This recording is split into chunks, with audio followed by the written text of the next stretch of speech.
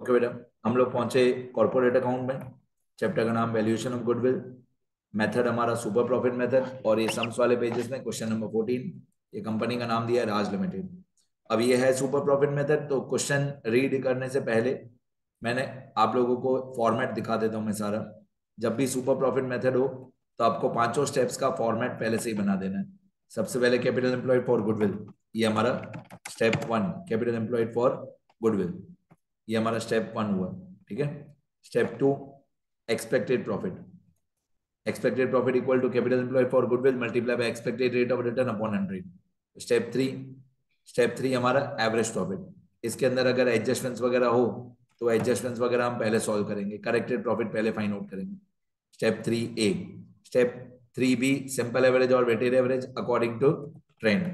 फिर step 3C होता है। स्टेप 3C, इसको मैं स्पेसिमेन ऑफ प्रॉफिट बोलता हूँ, इसको मैं आईटीडी फॉर्मेट बोलता हूँ। स्पेसिमेन ऑफ प्रॉफिट या आईटीडी फॉर्मेट।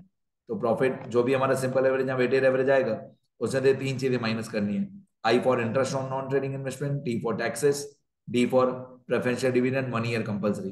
फिर एवरेज प्रॉफिट फॉर गुडविल आएगा।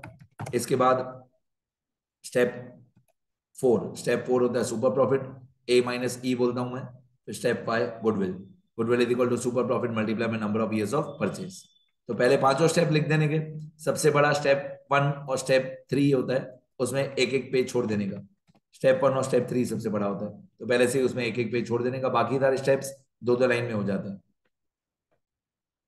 आगे अब मैं डायरेक्टली सॉल्व ही करते जाता हूँ। पहले एडजस्टमेंट से शुरू करता हूँ। ये ऊपर लायबिलिटी साइड दिया हुआ है, क्वेश्चन रीड नहीं करता हूँ मैं, डायरेक्ट सॉल्व करना शुरू करता हूँ। ये एसेट साइड दिया हुआ है।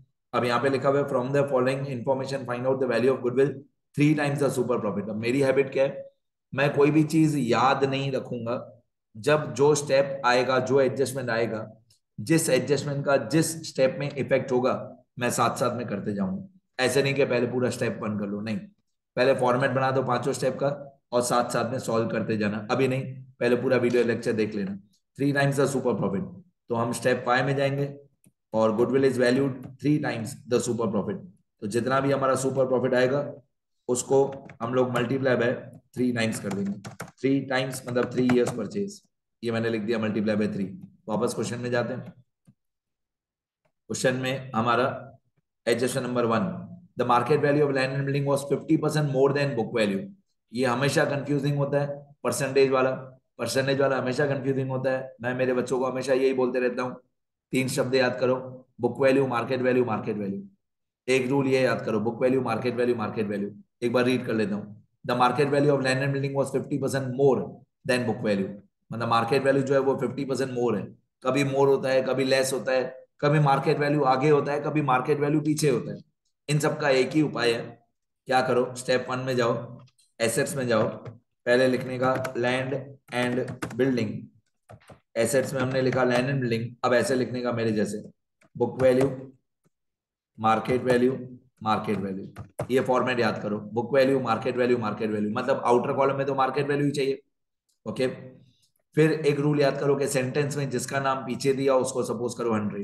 ये मैंने हजारों बार बताया है। सेंटेंस में जिसका नाम पीछे दिया हुआ हो उसको सपोज करो 100। सेंटेंस में जिसका नाम पीछे दिया हुआ हो उसको 100 सपोज करो। तो यहाँ पे लिखा हुआ है वैसे तो मैं सीधा ओरली इसका आंसर बता सकता हूँ, पर डिटेल में जा रहे हैं। The market value of land and building was 50% more than book value. तो पीछे किसका नाम है, बुक वैल्यू का, तो बुक वैल्यू को सपोज करो 100। Market value was 50% more than book value, तो पीछे नाम बुक वैल्यू का है, तो बुक वैल्यू को सपोज करो 100। ये बुक वैल्यू को मैंने सपोज किया 100। Suppose book value is 100। Suppose book value 100। अब क्वेश्चन में लिखा है मार्केट वैल्यू इज 50% मोर, तो 100 का 50% मोर हो जाएगा 150। क्वेश्चन में लिखा हुआ था मार्केट वैल्यू इज 50% मोर, तो 100 का 50% मोर हो जाएगा 150। अब एक्चुअल लैंड एंड बिल्डिंग की जो बुक वैल्यू है वो ओल्ड बैलेंस शीट में नहीं मिलेगा। एक्चुअल लैंड एंड बिल्डिंग की बुक वैल्यू देखो, ये लैंड एंड बिल्डिंग दिया हुआ है एसेट साइड पे 70,000। ये 70,000 जरूरी नहीं है कि ये 70,000 ही बुक वैल्यू होगा। आपको क्या करना है, पहले एसेट साइड पे देखना है, लैंड एंड बिल्डिंग 70,000 है, 70,000। अब लायबिलिटी साइड पे जाना है। लायबिलिटी साइड पे देखना है कि इसका कोई डेप्रिसिएशन तो नहीं दिया हुआ है, लैंड एंड बिल्डिंग का डेप्रिसिएशन फंड वगैरह तो नहीं दिया हुआ है। यहाँ पे आपको चेक करना है कि लैंड एंड बिल्डिंग का कोई डेप्रिसिएशन दिया हो तो पहले वो माइनस कर दो, तो 70,000 में से डेप्रिसिएशन माइनस करोगे फिर बुक वैल्यू आएगा। तो एसेट साइड पे लैंड एंड बिल्डिंग दिया हुआ है 70,000, 70,000 एसेट साइड पे दिया 70,000 माइनस लायबिलिटी साइड पे 0, मतलब कोई इसका डेप्रिसिएशन नहीं है, तो इसका एक्चुअल बुक वैल्यू हुआ 70,000। अगर लायबिलिटी साइड पे कोई डेप्रिसिएशन फंड वगैरह हो लैंड एंड बिल्डिंग का तो माइनस कर देना। तो लैंड एंड बिल्डिंग में बुक वैल्यू 70,000, इसके सामने हम मार्केट वैल्यू क्रॉस मल्टीप्लाई करके फाइंड आउट करेंगे मार्केट वैल्यू कितना, मतलब 100 के सामने 150, तो 70,000 के सामने कितना, तो हमारा मार्केट वैल्यू आ जाएगा 70,000 मल्टीप्लाई बाय 150 डिवाइडेड बाय 100। अब 70,000 मल्टीप्लाई बाय 150 डिवाइड बाय 100 तो ये होता है 1,05,000। ये हमारा आंसर आ गया 1,05,000, 1,05,000 ये मार्केट वैल्यू आ गया लैंड एंड बिल्डिंग का। ठीक है बेटा, और आगे बढ़ते हैं, और भी एक उसी के अंदर एडजस्टमेंट है। इसमें लिखा हुआ है फर्स्ट एडजस्टमेंट में while the book value of machinery was 25% more than market value. देखो एक कंफ्यूजन ये लोग जानबूझ के क्रिएट करेंगे, जैसे लैंड एंड बिल्डिंग में बुक वैल्यू पीछे लिखा हुआ था, अब मशीनरी में मार्केट वैल्यू पीछे लिखा हुआ है, तो ये लोग जानबूझ के हार्ड बनाएंगे। आपको मशीनरी लिखना है और मेरे रूल्स फॉलो करने हैं। मशीनरी पहले लिखते हैं यहाँ पे हम लोग, ये मशीनरी लिखा है। ठीक है, अब मैंने लिखा book value market value market value, ये मैंने लिखा मशीनरी का book value market value market value. ठीक है, अब क्वेश्चन में जाते हैं।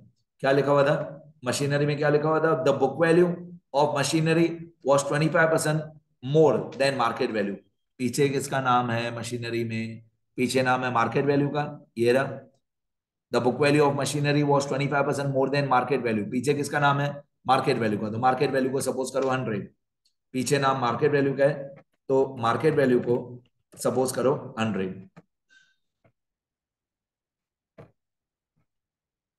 मार्केट वैल्यू को सपोज करो 100, suppose the market value is 100, right machinery में। अब सेंटेंस फिर से पढ़ो, the while the book value of machinery was 25% more, book value 25% मोर है, बुक वैल्यू 25% मोर है, बुक वैल्यू 25% मोर है तो मार्केट वैल्यू 100, बुक वैल्यू 25% मोर, 100 का 25% मोर होगा 125, 100 का 25% मोर होगा 125, डन। अब एक्चुअल बुक वैल्यू कितना है वो आपको ओल्ड बैलेंस शीट में मिलेगा। ओल्ड बैलेंस शीट में आप जाओगे, ये मशीनरी देखोगे 1 लाख, और जैसे हमारे 2-3 साल से हमको अकाउंट्स में प्रैक्टिस है, जो भी होते जाए उसको टिक करते जाओ। लैंड एंड बिल्डिंग हो गया, टिक कर दिया, मशीनरी हो गया, टिक कर दिया, जैसे हम फाइनल अकाउंट्स में भी करते हैं, टिक करते जाने का।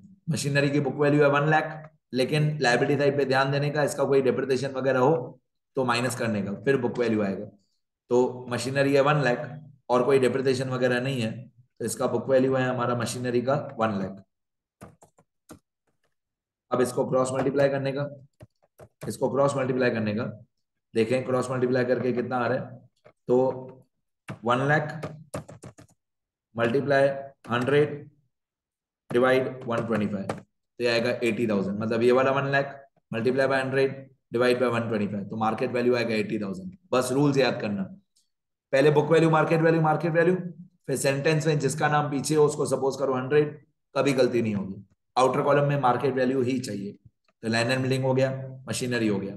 Second adjustment, expected rate of return is 8%, ये स्टेप 2 में काम आएगा 8%, expected rate of return is 8%, मैं स्टेप 2 में जाऊंगा, यहाँ पे कैपिटल एम्प्लॉयड जो भी स्टेप 1 में थे कैपिटल एम्प्लॉयड आएगा वो यहाँ पे लिखूंगा, मल्टीप्लाई बाय 8%, मतलब multiply by 8 upon 100, multiply by 8 upon 100, बाकी जितना भी मेरा कैपिटल एम्प्लॉयड आएगा स्टेप 1 में दे वो मैं यहाँ पे लास्ट में यहाँ पे लिख दूंगा, जितना भी कैपिटल एम्प्लॉयड आएगा तो उसको मल्टीप्लाई बाय 8 अपॉन 100 कर दूंगा, तो स्टेप 2 बाद में हो जाएगा।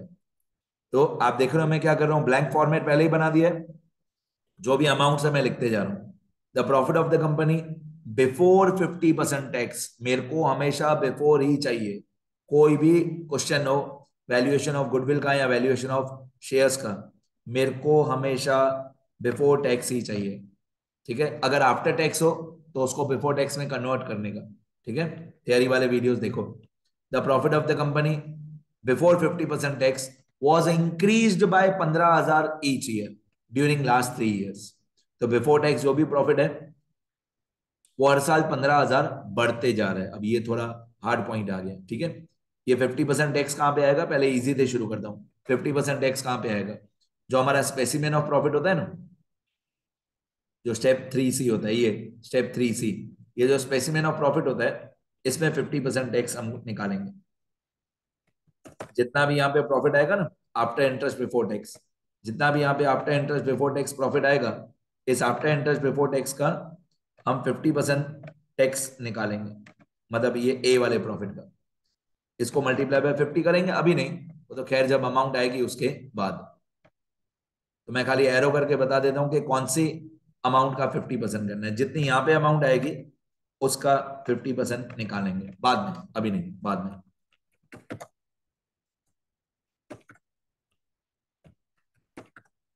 डन, चलो आगे बढ़ते हैं। फिर प्रॉफिट का इन लोगों ने लिखा है कि हर साल प्रॉफिट बिफोर टैक्स जो है वो 50% बढ़ते जा रहे हैं। अब प्रॉफिट हर साल 15,000 बढ़ते जा रहे हैं प्रॉफिट बिफोर टैक्स। अब मैं यहाँ पे कॉलम बनाता हूँ प्रॉफिट बिफोर टैक्स का, और इन लोगों ने लिखा है कि हर साल 15,000 प्रॉफिट बढ़ते जा रहे हैं। ठीक है, ये चीज याद रखना, हर साल प्रॉफिट बिफोर टैक्स 15,000 बढ़ते जा रहा है। ठीक है, सुनते रहो। अब हम क्वेश्चन में जाएंगे, ये लिखा हुआ है 15,000 हर साल बढ़ते जा रहे हैं लास्ट 3 साल से। अब सुनना ध्यान से मैं क्या दिखा रहा हूँ। यहाँ पे ओल्ड बैलेंस शीट में जाएंगे, ओल्ड बैलेंस शीट में लायबिलिटी साइड पे ये देखो प्रॉफिट एंड लॉस अकाउंट आपको दिया हुआ। बहुत इंटरकनेक्टेड बातें, सुनना ध्यान से। ये प्रॉफिट एंड लॉस अकाउंट लिखा हुआ है, प्रॉफिट ऑफ 2019 लिखा हुआ है, आफ्टर 50% टैक्स लिखा हुआ है, और यहाँ पे अमाउंट दी हुई है 60,000। सुनना, बहुत सारी बातें इंटरकनेक्टेड है, सुनते रहना। ये बैलेंस शीट की डेट देखो, बैलेंस शीट की डेट है 31/12/19।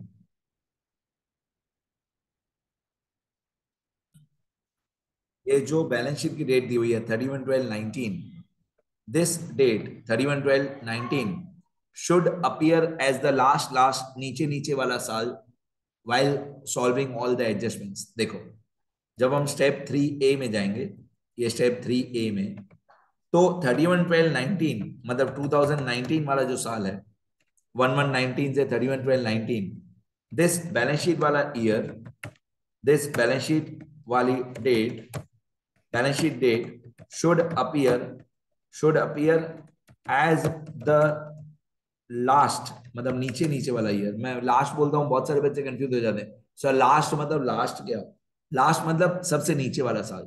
तो balance sheet date should appear as the last year, सबसे final, should appear as the final year in this table. तो 2019 हमारा नीचे नीचे वाला साल होगा, इसके ऊपर आएगा 2018, इसके ऊपर आएगा 2017। ठीक है, तो हमारा लास्ट नीचे नीचे 2019 होना चाहिए। ओके, अब वापस में ओल्ड बैलेंस शीट में चला गया।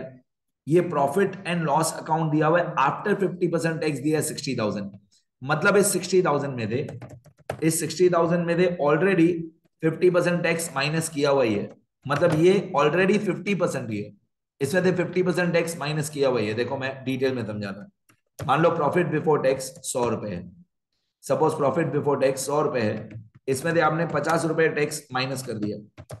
प्रॉफिट बिफोर टैक्स 100 रुपए है, इसमें से आपने 50 रुपए टैक्स माइनस कर दिया, तो प्रॉफिट आफ्टर टैक्स बाकी 50 रुपए ही बचेगा। दिमाग लगाओ मैं क्या बोल रहा हूं। सपोज करो प्रॉफिट बिफोर टैक्स 100 रुपए है, सपोज उसमें से 50 रुपीज आपने टैक्स माइनस कर दिया, तो प्रॉफिट आफ्टर टैक्स आएगा 50।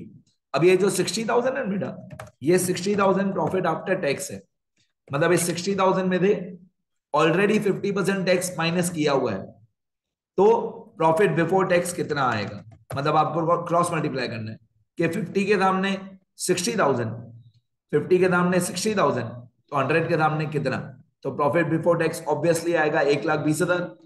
कितना आएगा, 1,20,000।